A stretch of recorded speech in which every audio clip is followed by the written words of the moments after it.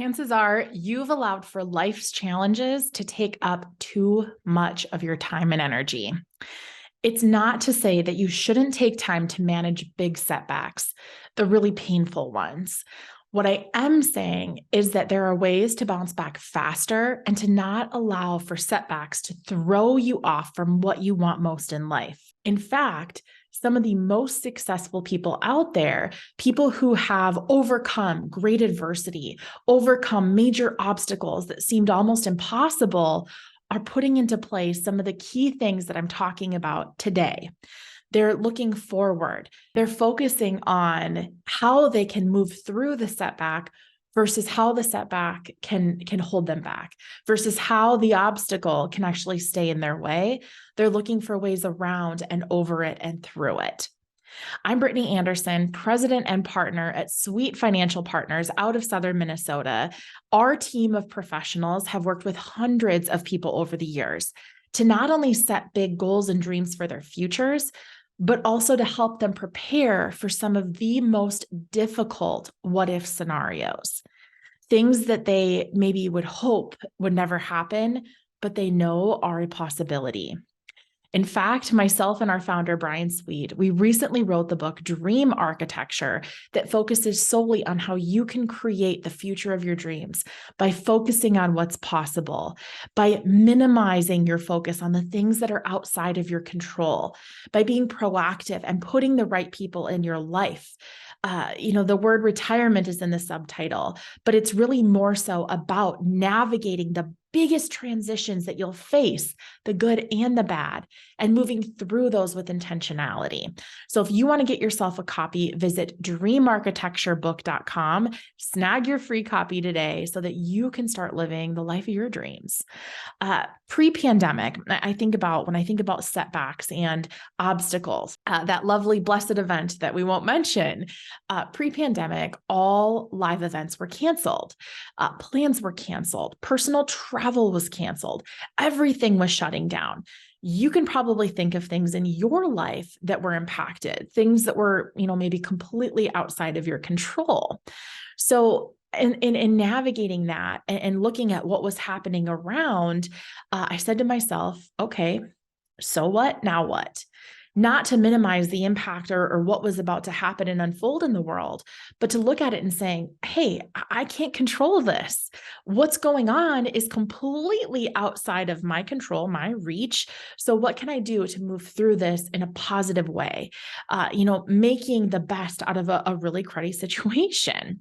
So what happened by asking that self-assessment, by asking that pure question, we were able to create some of the biggest years of growth in our companies across the board. While I'm not saying that every single setback is going to generate monetary results, what I am saying to you is that you will likely get a lot further ahead in life if you focus on the opportunity instead of the downfall. If I would have dwelled on the losses, on the negatives, on the, what ifs, all the bad stuff that was going on, there's a good chance that nothing productive would have come from those thoughts. However, I personally chose to pivot and create new solutions for the things that mattered most in life. So even though I may not have been able to take that trip with my family in that year, I said, okay, how can we repurpose that time to make it meaningful where we're at? The plans that we had for some of these events, personal live get-togethers with real people that we had planned for multiple businesses that we have, I looked at that and said, okay, how can we instead create a sense of community virtually? How can we do that and bring people together still, but not have to physically be in the same space? So what I'm about to share here, when we look at 3 ways that you can quickly bounce back from some of the biggest setbacks in life, how you can overcome life's most challenging setbacks, it's all about shifting your mindset. You might be sitting here thinking, Brittany, what about the big setbacks, the true life changers? Yes, what you're talking about here is, it was definitely a scary time, but what about the stuff that has a direct, immediate impact? The things that are devastating, the losses in life, like bankruptcy, death of a loved one, illnesses, the really big stuff that is completely outside of our control. So while I can't guarantee that this will fix or even avoid those circumstances, what I can say is that leaning into the 3 things I'm about to share with you can make those times a little bit less unbearable. You might also be tuning in as someone who is already incredibly resilient, somebody who's bounced back from so much. You're like, hey, I've got this mastered. To a certain extent, I'm kind of the master at resiliency, at bouncing back from setbacks, because life has been one big setback. The great news for you is that what I'm about to share can enhance your resiliency even further by helping you become more intentional in your efforts and allowing the tough stuff to feel a little less tough. So, point number 1, when we're looking at 3 of the key ways that some of the most successful people have overcome life's biggest setbacks, the number 1 thing is to prepare for what if scenarios. The people who we've seen come out even better on the other side of difficult times, not simply those that are immune to those tough times, but rather they've prepared for the worst. They prepared for the worst case scenarios long before they ever came about. The intent here is not to get morbid. When you think about kind of the what if scenarios of the future, but some questions to potentially ponder. What if my business goes under? What happens if I lose my spouse early? What if something hits unexpectedly? What happens if I lose the job that I love? What happens if a global pandemic shuts down the world? Okay, maybe that wasn't thought about until a few years ago, but you get the point here. It's about preparing for the unexpected. It's about building up a certain resiliency to the things that could go wrong so that when they do, while they might not hurt any less, you at least have a plan in place to navigate through them so that when you're looking at that giant obstacle, that big mountain that's in front of you, the thing that feels impossible, you now have a track to run on to be able to navigate it, to be able to move through, move around, or move over it. You're looking at how you can have life happen for you versus to you. While it's not enjoyable, for example, to create an estate plan, thinking about what happens when you, your significant other, your business partners, or the like, they leave this earth, it does help them to minimize the pain in the aftermath.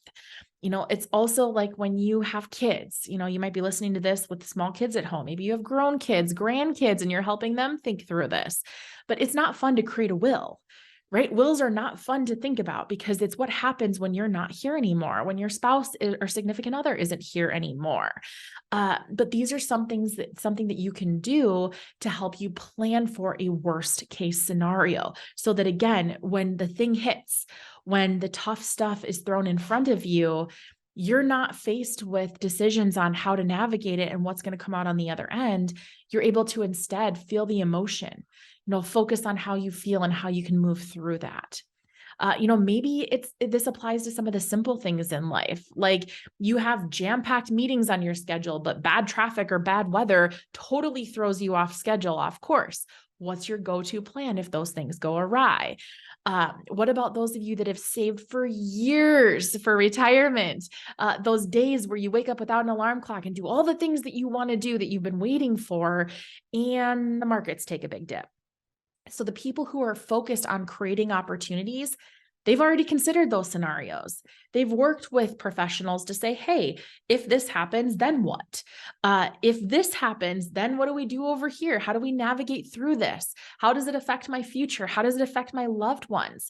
These are the questions that we're asking. And this is why it is so darn important to prepare for those what if scenarios. Again, not to be morbid, but to be proactive and to be prepared. It doesn't take the pain away, but it helps you create a plan, a system, and essentially kind of a workflow to move through those really difficult times. The second point here, when you're looking at overcoming some of life's biggest, most challenging setbacks, is to hold the vision, but not the circumstance that you're in.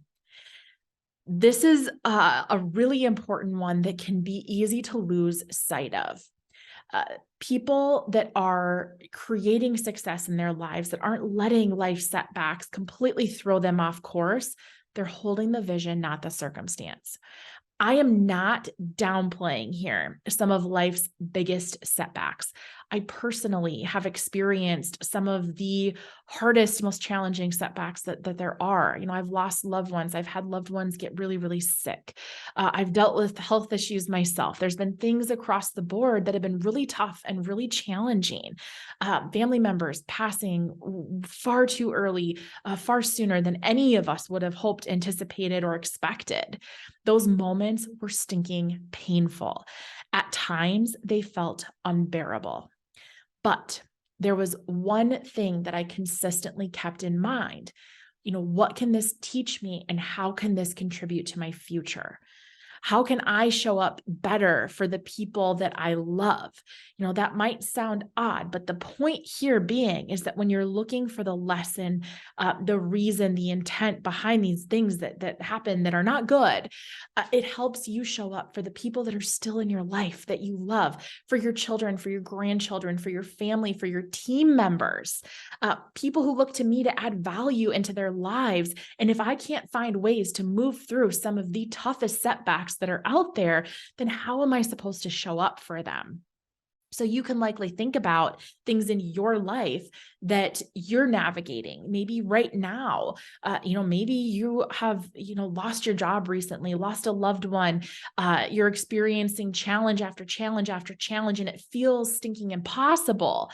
The point here is that when you hold the vision of what you want for your future, when you hold the vision of who you want to be, you ask yourself the question of, what can I do different in the future? How can I maybe create even deeper relationships? Maybe you lost somebody and you're saying, okay, this was hard, and I maybe have some regrets, or I have some things that were left unsaid, or intentions behind interactions that I wanted to have, and I can't have that anymore. But how can I have those with the people that are still here? How can I kind of close that gap and bring this full circle so that when this next big challenging thing, call it a setback, call it an obstacle, call it a devastation, this next thing that happens, because there will be a next thing, it can potentially help you reframe your mindset, move through it in a way that it, again, allows it to become a little bit less unbearable, allows you to come out, maybe a little bit better on the other end. And better can be defined by many ways. It can be in how you interact with people, how you show up as a person, how you navigate life's challenges, which is what we're talking about right now. So it's looking for the lesson, holding the vision, not the circumstance. This next point, and this is the final point, this is probably the biggest one here. And the reason I say it's the biggest and most important is because it's probably the most controversial, the most opposite to what is traditionally taught when people are talking about overcoming setbacks. You can go to Google right now and you can look at ways to overcome challenges, ways to overcome setbacks. And there's a common one that pops up. And this is where I tend to disagree. In my belief is that you need to let yourself feel it. You need to allow yourself to feel the emotion of what has happened. But the point here being is that you feel it, but you don't get stuck in it. You have kind of a compressed time frame for, feeling sad, feeling mad, feeling devastated, feeling frustrated, but then also looking to the other side to say, how can I move through this, and how can I be productive in these feelings? So there's a lot of advice out there that says that when it comes to managing setbacks, to take the emotion out of the situation, to look at the facts, to only look at the logistics. For me, that's just not possible. I am an empath by nature. I lead with feeling in my heart. So something that's worked for me is to let myself feel what I need to. Because again, a setback can be something as minor as you broke your toe and you have a big onstage presentation, all the way to the loss of a loved one, all the way to, something horrible and crazy like a house fire, or, losing something that truly has an impact on the long-term, value of your life. So again, when I'm looking at this, I need to let myself feel, and this is something I encourage you to do too. Yes, you can look at facts, you can look at the logistical elements of it, but if you don't allow yourself to internally process it, this is where things can get hung up. This goes back to point number one.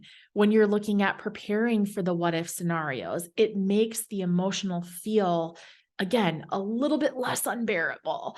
When you're looking at point number 2 and, holding your vision, not the circumstance, this also ties into surrounding yourself with people that you can lean on, people that are going to, let you go through the emotion, that are going to help you process, but are going to show up for you and also help you get through, get around, and get over these obstacles that are in your life.